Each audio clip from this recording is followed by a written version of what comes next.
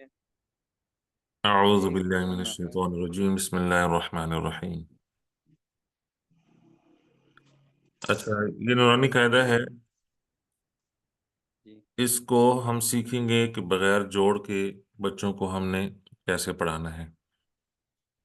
मुकम्मल कायदा बगैर जोड़ के।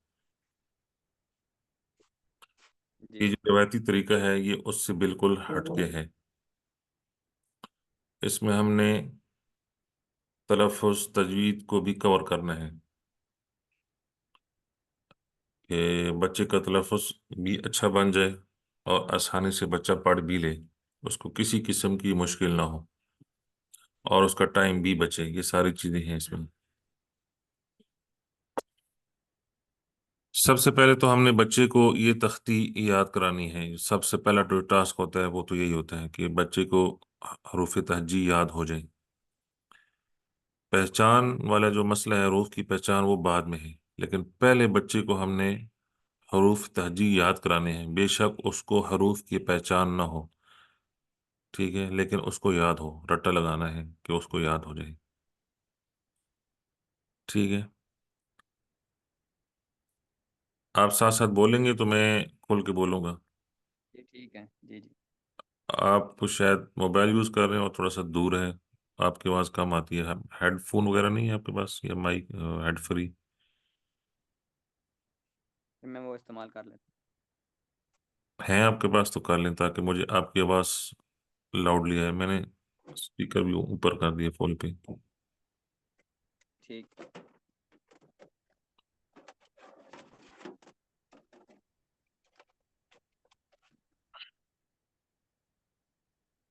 जी, आप स्टार्ट करें। जी, तो सबसे पहले तो मैंने आपको बता दिया कि हरूफ तहज्जी हैं, इनको याद कराना है। ठीक है, अब जी, हमारे यहाँ ये होता है कि हरूफ की पहचान के लिए फिर ऊपर से नीचे भी सुनते हैं। ठीक है, बच्चे को फिर दोबारा पढ़ाते हैं ऊपर से नीचे। पहले जी, पहले मैं भी पढ़ाता था, लेकिन अब मैंने छोड़ दिया है। उसकी वजह यह है कि आगे जो मुरक्कबात की तख्ती है उसमें बहुत अच्छे से हरूफ की पहचान कराई गई है। ठीक है, तो इसलिए हमें जी, सिर्फ इसको यहाँ बच्चों को याद कराने हैं हरूफ। अलिफ से लेकर याद तक बच्चा याद कर ले, हिफ्ज कर ले इन हरूफ को। हाँ, जो जी, ज़रूरी किस काम है तरह? वो ये है कि तलफ़्फ़ुज़ बच्चे का इधर ही बनाना है, हर हरफ सही तलफ़्फ़ुज़ के साथ अदा करे। तो याद कराने के बाद हम दूसरा काम जो करेंगे वो ये करेंगे कि उसको मोटे हरूफ और बारीक हरूफ की पहचान करवाएंगे। आमतौर पर सिर्फ मोटे हरूफ पढ़ाए जाते हैं, हम ऐसा नहीं करेंगे, हम दोनों पढ़ाएंगे, मोटे भी और बारीक भी।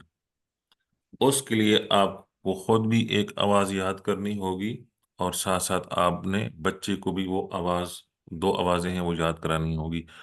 उन दो आवाज़ों के ऊपर आपने मोटे और बारीक हरूफ को फिट करना है। ये बहुत ख़ास आवाज़ें हैं। ठीक है। आ, जी, ओ, आ, ओ। पहले तो आप चार पांच दफा ये दोनों आवाजें पढ़ेंगे, ताकि बच्चे को लगे कि ये दो अलग अलग आवाजें। फिर पूछना है कि क्या आपको एक जैसी आवाजें लगती हैं या ये दो आवाजें अलग अलग हैं। जी, आ, ठीक है। ओ। फिर आपने बच्चे से पढ़वानी है पांच सात दफा। जब वो आपको लगे लगे कि अब बच्चे ने दोनों आवाजें मोटी और पतली सही कर ली हैं, तो अब बच्चे को बोले कि आप 10 दफा इन आवाजों को पढ़ें, दोनों को। आ, ओ, ठीक है। आ, ओ। तो 10 दफा रिपीट करवाना है उसे बच्चे से। ठीक है, ठीक है। अब आ जाए हरूफ को कैसे फिट करना। हम एक हरूफ पतला लेंगे और एक हरूफ मोटा लेंगे। मसलन ता, तो। साथ साथ वो आवाजें भी पढ़ेंगे। यहाँ पे आ, यहाँ पे ओ। बताना है बच्चे को ये जो ता है, इसमें वो बारीक वाली आवाज इसके अंदर है, आ, इस तरह की। और ये जो तो है, ये चूंकि हैवी लेटर्स है, लेटर है, मोटा हर्फ है, इसके अंदर ओ वाली आवाज शामिल है। ओ, आ, ओ, ता, तो। इसकी आपने प्रैक्टिस करवानी है ताकि दोनों की आवाज में फर्क वाज़ेह हो जाए। ये जोड़ा बनाना है आपने, ठीक है। ये याद रखने हैं, जोड़े याद रखने हैं, 6 जोड़े बनेंगे।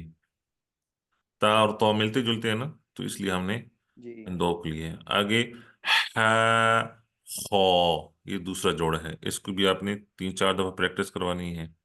है, खो। तजवीद का उसूल है कि बहुत ज्यादा आप प्रैक्टिस करें और प्रैक्टिस करवाएं, तो लफ्ज बन जाएगा।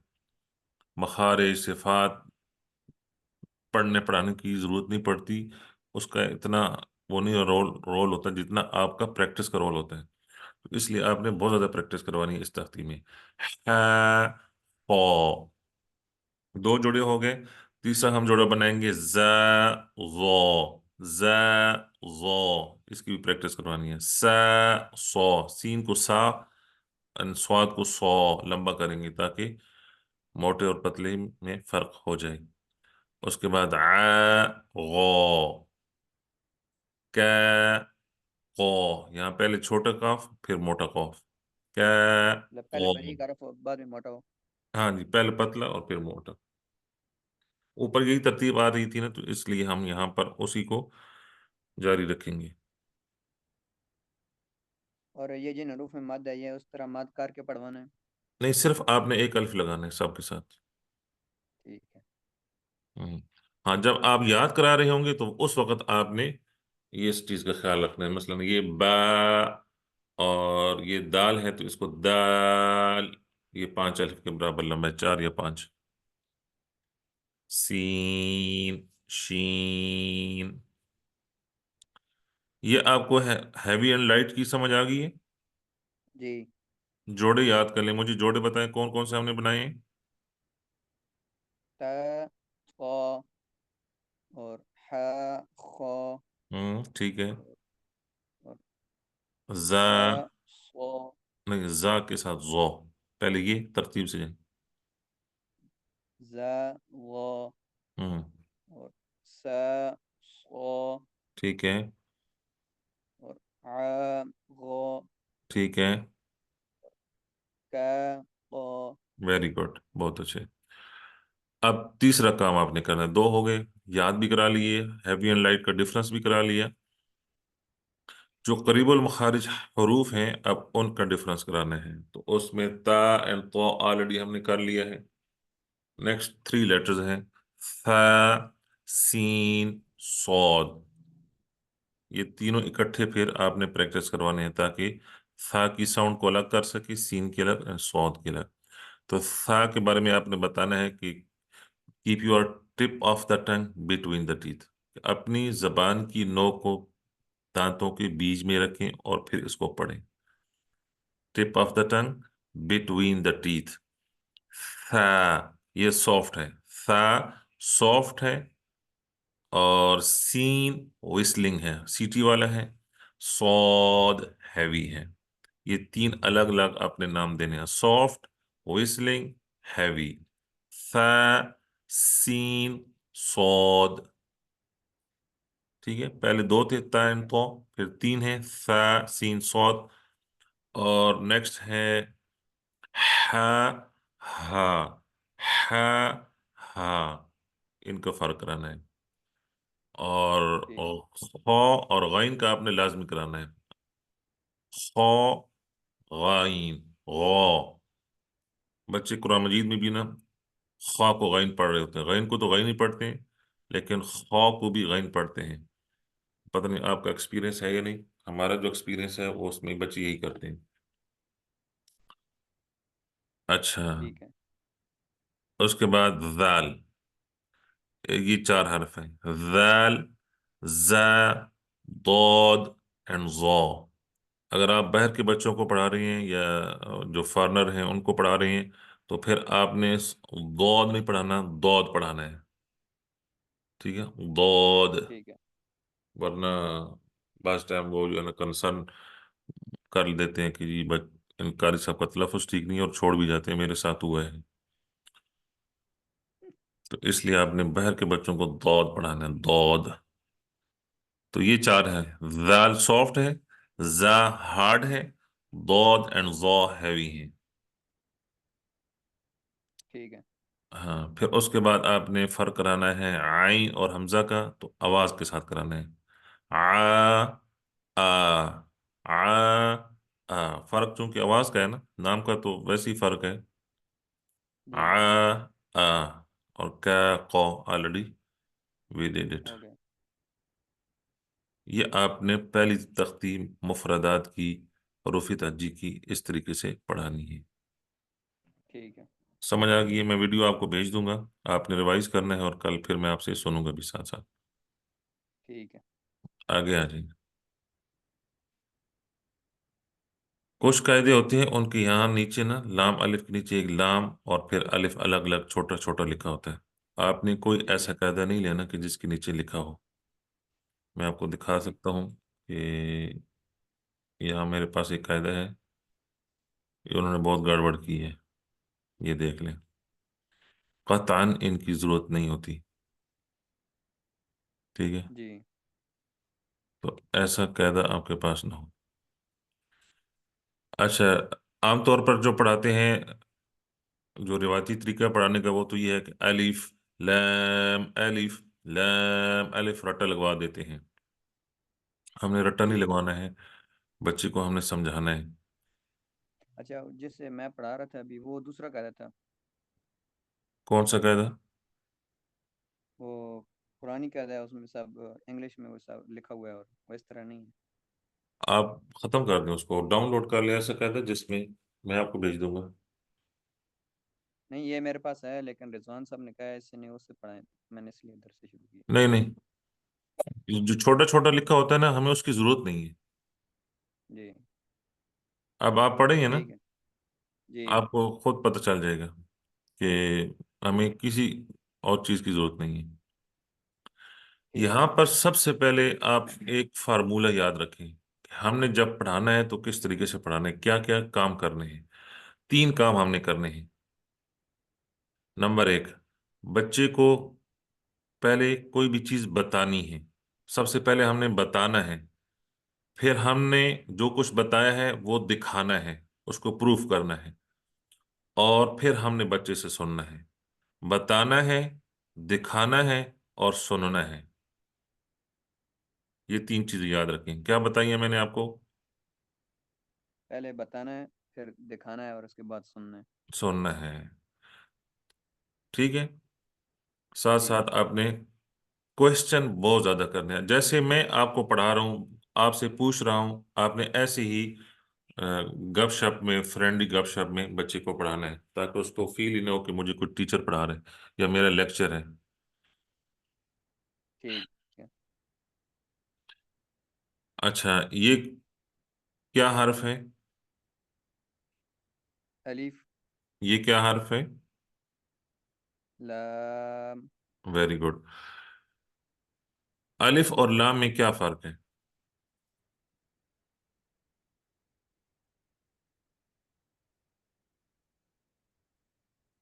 अलिफ एक सीधा लिखा होता है और लाम नीचे से गोल होता है। ठीक है, बिल्कुल इसी तरह जैसे मैंने आपसे सवाल किया, ठीक है, जी। आपने मुझे जवाब दिया, फिर मैंने आपसे सवाल किया, ऐसे ही आपने सवाल पे सवाल करना है बच्चे को समझाने के लिए। बच्चा की तवज्जो फुल रहती है, जो चीज़ नहीं पता होती है तो उसका इंटरेस्ट बढ़ता है कि मुझे ये सीखना है। अलिफ और लाम में दो फर्क हैं। अलिफ सीधा होता है, लाम टेढ़ा होता है। अलिफ स्ट्रेट एंड लाम इज करली। ठीक है, ठीक है। एक फर्क ये हो गया। दूसरा फर्क ये है कि हरूफ जब आपस में कंबाइन होते हैं, जुड़ते हैं, मुरक्कब होते हैं, तो अलिफ आखिर में अटैच होगा। जैसा कि यहाँ पे देख ले, आखिर में है, आखिर में है। यहाँ पर ये पहला लाम यहाँ से शुरू होता है, स्टार्टिंग यहाँ है, यहाँ तक लाम है, और फिर आखिर में यूं अलिफ है। ये देखें, ये ठीक है। पहले लाम है और ये फिर अलिफ है। तो पहले मैंने आपको बताया कि अलिफ आखिर में अटैच होता है, और फिर अ, मैंने आपको दिखाया, प्रूफ किया। समझ आ गई बात? जी। जी। जी। लाम करली होता है, चाहे लाम अटैच हो या जो भी हो, सिंगल हो, तो लाम जी। नीचे से टेढ़ा होता है। अब जैसा कि ये वाला लाम है, इधर ये लाम है, यहां से शुरू होता है, और इधर ये लाम है और यहां तक आता है, और ये अलिफ है। और ये मैं आता हूं कि ये ऐसा क्यों है। यहाँ पर ये लाम गोल है, और यहाँ देखें दरमियान में लाम है। दूसरी बात यह है कि लाम कहीं पर भी अटैच हो सकता है। अलिफ तो आखिर में अटैच होता है ना, लेकिन जी लाम कहीं पर भी अटैच हो सकता है, शुरू में भी, दरमियान में भी, आखिर में भी। तो ये दो चीजें ठीक आपने बतानी है अलिफ और लाम के बारे में, कि अलिफ सीधा होता है, लाम करली होता है। अलिफ जब अटैच होता है तो आखिर में होता है, लाम कहीं पर भी अटैच हो सकता है, जुड़ सकता है। अब आ जाते हैं तीसरी चीज के बारे में, कि अलिफ और लाम की शक्लें कितनी कितनी हैं और कौन कौन सी हैं। तो अलिफ की एक शक्ल तो ये है, ऊपर से नीचे सीधी है। एक अलिफ की शक्ल ये स्लाइड वाली है, टेढ़ा है, मतलब ये टेढ़ा नहीं, स्लाइड कह लें। ठीक है। ये जी। लेफ्ट टू राइट है, लेफ्ट से राइट आ रहा है। यहां पर देखें, ये राइट टू लेफ्ट स्लाइड में है। तो तीन ऑलमोस्ट शक्लें हैं अलिफ की, एक ऊपर से नीचे बिल्कुल स्ट्रेट, और टू जो है वो स्लाइड वाली है, left to right and right to left. Left. और ये जो स्लाइड वाली शक्लें हैं, ये सिर्फ लाम के साथ जब अलिफ आता है, लाम के बाद तो बनती हैं। बाकी तमाम हरूफ के साथ अलिफ सीधा आएगा। ठीक ठीक है। है। जैसे यहाँ बा के साथ है तो ये सीधा है, ये नून के साथ सीधा है, ये तमाम हरूफ के साथ। बता भी दिया, दिखा भी दिया। अब आपसे पूछने की जरूरत नहीं है, इसलिए कि आप टीचर हैं, लेकिन बच्चे से हम फिर पूछेंगे दिखा के। अच्छा, इसी तरीके से लाम की भी तीन शक्लें हैं। एक ऊपर से नीचे ये लाइन है, और एक जो है ये स्लाइड वाला है लाम। ठीक है। ठीक है। और ये तीसरी शक्ल है लाम की। ये कब आती है? ये जब लाम के बाद जीम हा और खा हो, दरमियान में नहीं, पहला हर्फ लाम हो और उसके बाद जीम हा खा हो, तो ये वाली शक्ल तब यूज होती है। ठीक है। ये बात भी समझ आ गई? जी। आगे चलेंगे।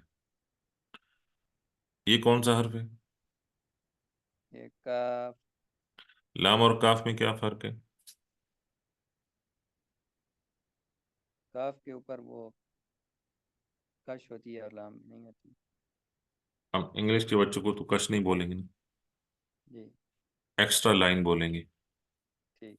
या हम बोलेंगे कि काफ के ऊपर एक स्लाइड है या सलांटी है।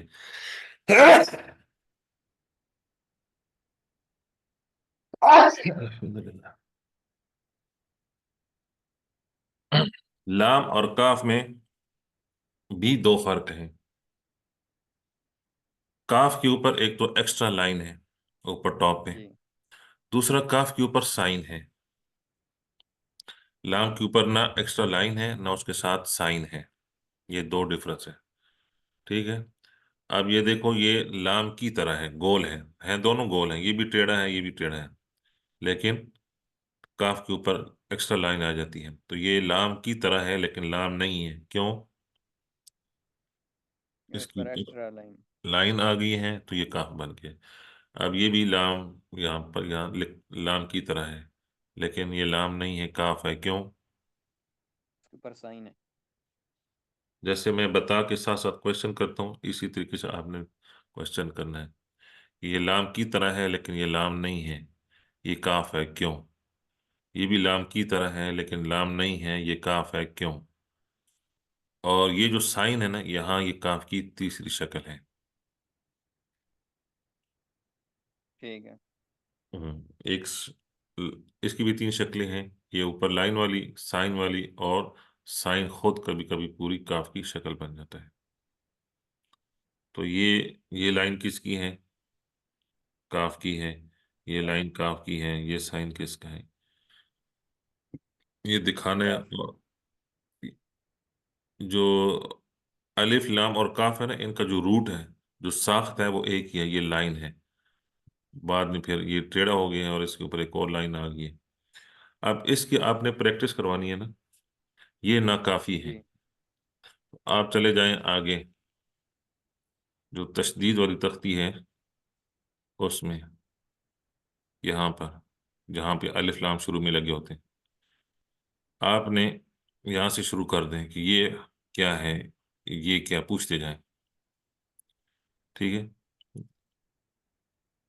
आपने यहाँ से पूछना है ये क्या है, ये क्या है, ये क्या है, ये क्या है, और ये क्या है। तो बताएगा यहाँ पे ये 2-3 पेज उससे सुने अलिफ लाम और काफ के बारे में। तीनों की प्रैक्टिस आपने यहाँ से करवानी है, उसकी जो मश्क है, एक्सरसाइज है। समझ आ गई? जी। ताकि वो एक ही दफा से पक्का हो जाए कि अलिफ लाम में काफ में लाम उसको आ जाए बस।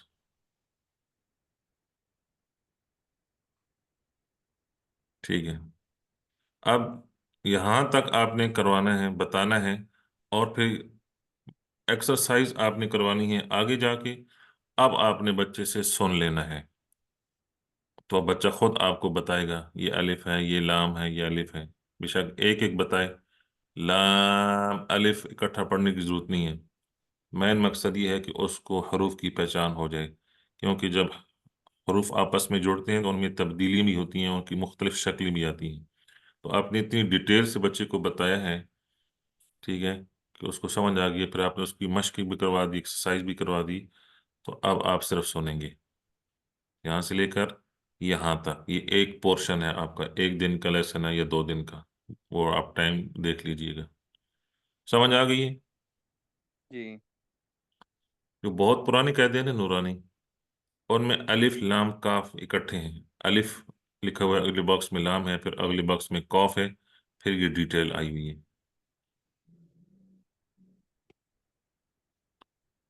तो अब अगर उसको यहाँ हा का नहीं पता, कोई बात नहीं है, लेकिन उसको लाम का पता होना चाहिए, क्योंकि लाम को आप एक्सप्लेन कर चुके हैं। यहाँ अगर उसको बा का नहीं पता, कोई बात नहीं है। इन बा का नहीं पता, कोई बात नहीं है। यहाँ सा का नहीं पता, कोई बात नहीं है, क्योंकि हमारा जो यहाँ पे टारगेट है अलिफ लाम और काफ है। समझ आ गई? जी। जी। आगे चलिए जी।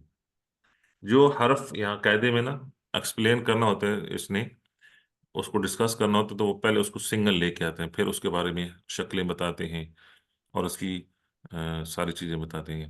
या पहले अलिफ के बारे में, फिर लाम, फिर काफ। यहाँ देखें, ये लाम अलिफ सेम शक्ल यहाँ पर भी है, ये ऐसा क्यों है? ऊपर अलिफ की प्रैक्टिस के लिए, नीचे लाम के लिए। वेरी गुड, बिल्कुल ठीक कहा आपने। ये अगर आप किसी बड़े से बड़े कारी से भी पूछेंगे ना, तो उसको नहीं पता होगा। बल्कि उनको ये भी नहीं पता कि यहाँ ये, यहाँ तक ये क्या है, ये एक पोर्शन है या अलिफ लाम और काफ में फर्क कराने हैं, या इन तीनों का आपस में कोई जोड़ है, कोई राब्त है, किसी को नहीं पता।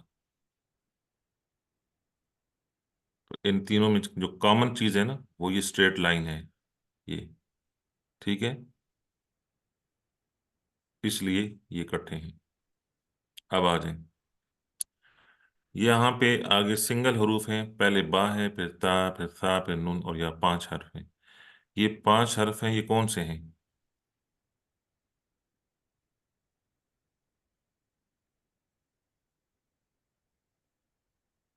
पता है आपको? नहीं। ये 5 हरूफ हैं, इनको नुक्तों से पहचाना जाता है। इनको इनकी शेप और शक्ल से नहीं पहचाना जाता। ये अपनी शक्लें बार बार बदलते हैं, और कभी कभी ऐसा होता है कि इन पांचों की शक्ल एक जैसी हो जाती है। तो इसलिए इनको नुक्तों से पहचाना जाता है, इनकी पहचान नुक्ते हैं, इनमें जो कॉमन चीज है वो नुक्ते हैं। अब देखें, यही 5 हरूफ अलिफ के साथ अटैच हुई हैं, बा अलिफ, नून अलिफ, ता अलिफ, या अलिफ, सा अलिफ। अगर आप शक्ल देखें, ठीक है, तो एक कर्व सब के साथ है, ये सब मुड़ी हुई हैं। तो शक्ल से तो नहीं पहचान सकते ना, कैसे पहचानते हैं हम इनको? नुक्तों से। यही 5 हरूफ सीन के साथ अटैच हुई हैं, बा सीन, या सीन, नून सीन, ता सीन, सा सीन। फिर शक्ल एक जैसी है, थोड़ी सी तब्दीली भी आई है। फिर यही 5 हरूफ जीम हा खौ के साथ अटैच हुई हैं, अब ये एक बिल्कुल मुख्तलिफ सी शक्ल है। फिर यही 5 हरूफ मीम के साथ अटैच हुई हैं, फिर यही 5 हरूफ या के साथ अटैच हुई हैं। ठीक है, तो यहाँ पे भी शक्ल बिल्कुल मुख्तलिफ है। तो हम इनकी पहचान फिर कैसे करते हैं? नुक्तों के साथ। नुक्तों से करते हैं।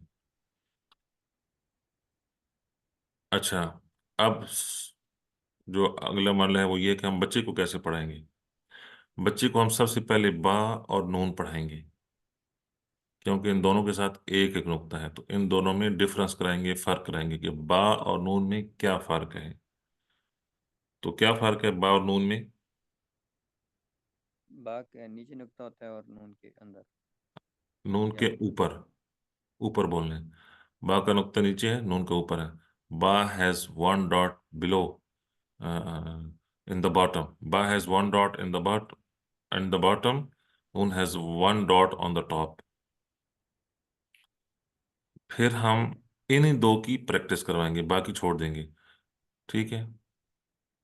मसलन फिर हम दिखाएंगे ना कि बा का एक नुक्ता नीचे होता है, नून का ऊपर होता है, तो ये दिखाएंगे, ये देखो, ये एक नुक्ता नीचे है तो ये वाली बा है, ये एक नुक्ता ऊपर है तो ये नून है।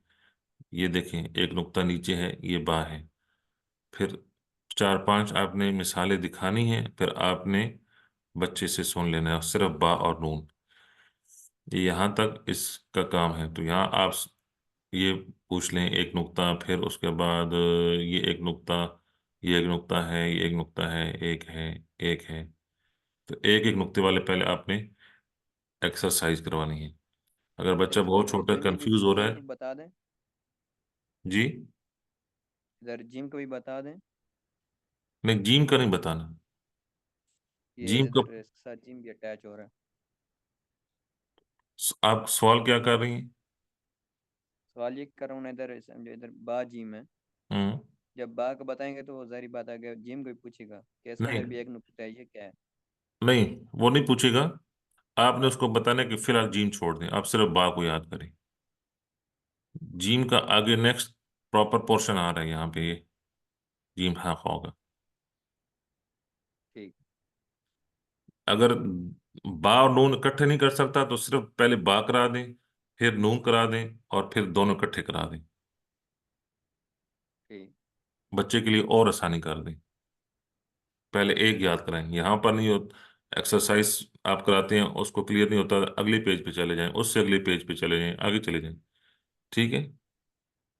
ठीक है। आगे जाके भी आप बच्चे को प्रैक्टिस करवा सकते हैं। उसके बाद ता और या, इसकी आपने प्रैक्टिस करवानी है। पहले याद कराना है ता और या में क्या फर्क है। ता के दो नुक्ते ऊपर होते हैं, या के नीचे होते हैं, फिर दिखाने हैं। और उसके बाद आपने बच्चे से सवाल कर लेने हैं। आपने खुद पॉइंट, पिन पॉइंट करना है या माउस के जरिए उसको पॉइंट करके देना है और पूछना है कि ये क्या है, ये क्या है। ठीक है। बच्चे को नहीं कहना है आपने कि खुद ढूंढ के तो बताओ, बस आपने माउस के जरिए पॉइंट करना है उस हर्फ को और पूछना है। क्लियर हो गया? जो भी आप कंफ्यूजन है ना, थोड़ी सी भी कंफ्यूजन है, तो आपने फौरन मुझसे पूछ लेना है कि यहाँ मुझे थोड़ा सा डाउट है या मुझे समझ नहीं आई। आपने खुद 100% सीखना है। और ठीक। आखिर में आपने सा का बताना है। अब और इसके पे प्रैक्टिस करवा लेनी है। अब आपने सुन लेना है, प्रैक्टिस करवाने के बाद आप यहां से सुनेंगे। बा ता सा नून या से लेकर सा नून तक, ये इन्हीं 5 हरूफ का सबक है, पोर्शन है। ये सारे इन्हीं की प्रैक्टिस हो रही है, नुक्तों की। ऐसे ही है ना? जी। कभी पहले गौर किया इन पे? नहीं। हम्म। आगे आ जाए, ये क्लियर हो गया ना पढ़ाना कैसे है इनको? जी जी जी। ठीक है। आगे चलें। आगे पोर्शन है जीम हा एंड खौ का। इनकी पहचान क्या है?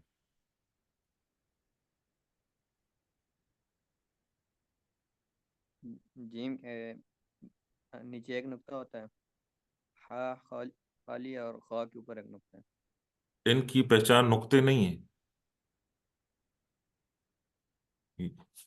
इनकी पहचान, इनकी ये हेड है, ये ऊपर जो हेड बना हुआ है ना, ये इन तीनों में कॉमन भी है। इन तीनों का जो सेम चीज है वो ये हेड है। और यही इन 3 हरूफ की पहचान है। हम कहीं पर भी ये वाली शक्ल जब देखते हैं तो हमारे माइंड में यही 3 हर्फ आते हैं कि इन्हीं में से कोई होगा। जी। फिर आपस में जो फर्क है ना वो नुक्ते हैं, पहचान नुक्ते नहीं है। इन तीनों का आपस में फर्क वो नुक्ता है। इन तीनों हरूफ की पहचान इनके सर हैं। ये आपने बताना है बच्चे को यही चीज कि इन तीन हरूफ हैं, जीम हा एंड खा। इनकी पहचान क्या है? इनके सर हैं। ठीक है। जीम का नुक्ता कहाँ पे होता है? नीचे। नहीं। नीचे मतलब? मतलब जहाँ भी लिखो नीचे इसका नुक्ता होगा। सर के नीचे, बिलो द हेड। जीम has one dot below the head, खा has one dot above the head. जीम का नुक्ता सर के नीचे होता है, खा का नुक्ता सर के ऊपर होता है, और हा का नहीं होता। फिर आपने पूछना है कि ये किसका सर है। ये देखेंगे ये तीन हर्फ हैं, जीम हा एंड खा। तो ये इन तीन हरूफ में से किसका सर है? आपने यहाँ पे इशारा करना है कि इन तीनों हरूफ में से किसका हेड है, किसका है। फिर पूछना है कि ये किसका सर है, फिर ये किसका सर है, ये किसका सर है, ये किसका है, ये किसका है। ठीक है। तो ये आपने, ठीक है। जब आपको लगे कि बच्चा क्लियर हो गया तीनों के बारे में, तो ठीक है, नहीं तो फिर आगे चले जाएं, पूछते जाएं। फिर बताएं कि जीन के बारे में और खा के बारे में, और आगे किसी भी पेज के ऊपर जाके जीम हा खा की अच्छे से प्रैक्टिस करवा लें उसको। आपने ये कॉन्सेप्ट बना के जाना है कि जीम हा खा की उसको अच्छे से पहचान हो जाए, तब आपने आगे जाना है। एक दिन ठीक है। लगता है, दो दो दिन लगता है, लग जाए, लेकिन आपने कोई चीज अधूरी नहीं छोड़नी है। ठीक है। अब आप फिर सुन लेंगे सारे हरूफ। हा था खौबा जीम ता हा था। आपने पढ़ाया नहीं है कि प्रॉपर, आपने सिर्फ समझाया है। पढ़ेगा वो खुद। ठीक हो गया। जी। अच्छा जी। ये क्या है, कौन सा हर्फ है? ता। ये ये ता। ता है। इसका क्या नाम है और इसका क्या नाम है? ये है राउंड ता, गोल ता। और ये है रेगुलर ता। राउंड ता, रेगुलर ता। दोनों में फर्क क्या है? असल चीज फर्क है, ये तो नाम हो गए। फर्क ये है कि ये जो रेगुलर ता है, ये हर जगह आ सकती है, हर जगह जुड़ सकती है। शुरू में भी जैसा कि यहाँ पे है, दरमियान में भी जैसा कि यहाँ पे है, और आखिर में भी। जबकि ये राउंड ता सिर्फ आखिर में आएगी। और इस राउंड शाह ता की तीन शक्लें हैं। जब राउंड ता सिंगल होती है, अकेले होती है, तो इस तरह होती है, होगी ये भी आखिर में। कभी कभी इस तरह होती है राउंड ता, और कभी कभी इस तरह भी होती है। ठीक हो गया। जी। और नेक्स्ट है हा। ये हा और ये हा, ये राउंड हा है, ये टू आईज हा है, दो चश्मी हा। ये हा आखिर में आती है। ये हा शुरू में आएगी या दरमियान में आएगी? आखिर में तो वही आएगी। इसकी फिर चार शक्लें हैं। एक ये है, ये है, ये है, और ये एक खास किस्म की शक्ल है। ये तो मिलती जुलती हैं, आंखों जैसी हैं। ठीक हो गए। अब जी। आपने फिर यहां से लेकर यहां तक सुन लेना है। ठीक है।